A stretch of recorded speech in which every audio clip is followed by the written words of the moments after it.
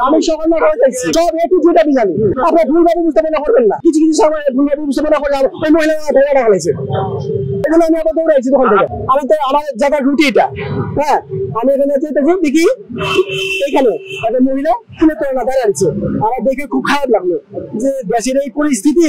আপনি পুলিশ এখানে থেকে মানুষজন ভিড়, মহিলা লোক অনেকে তর্ক বিতর্ক করতেছে।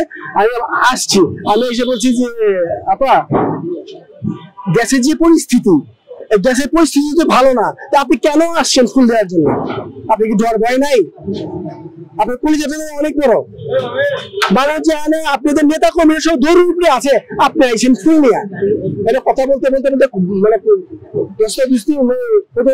ওদিকে চলে গেছে। মহিলা নাসুরবান্ধা, মহিলা একটু বিয়াদব করবেন। মহিলা বলে আমি ফুল না দিয়ে যাবো না, আমি আওয়ামী লীগ করি, আমি এটা করি, আমি সেটা করি। আমি বলছি আপা আপনি যে এইরকম করতেছেন, আপনি কি ভাইরাল হওয়ার জন্য আসছেন? আপনি কি ডর ভয় নেই? আপনি কি জামাই নেই, বউনের বাচ্চা নাই? আপনি যে যেভাবে করতেছেন মানুষের ব্যাপারে মেরে ফেলাইব। মহিলা কয় ভাই আমি এগুলো ভয় পাই না।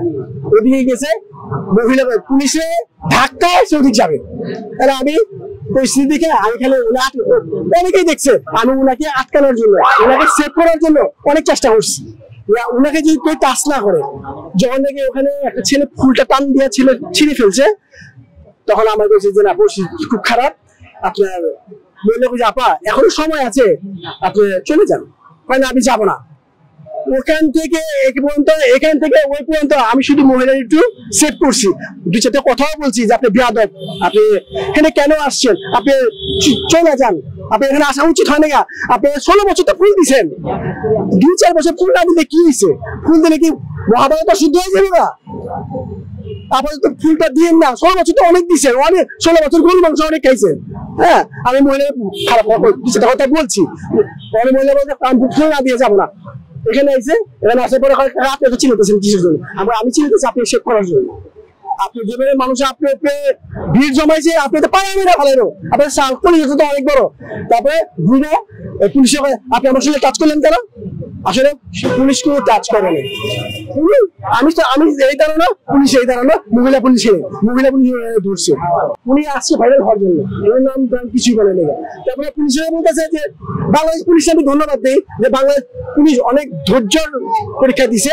ওই পুলিশটা বলতেছে পুলিশ কিছু বলে নাই। আমি বলছি আমরা সরি আপা, আপনি সঙ্গে পুলিশ টাচ করে নাই, আপনি কেন এরকম করতেছেন? মিথ্যা কথা বলতেছেন। আপনি টাচ করছেন সেই মহিলা পুলিশ, আপনি সে টাচ সে আমরা টাচ করছে, আমি সামনে দাঁড়ানো আছি, মিথ্যা কথা বলবেন না।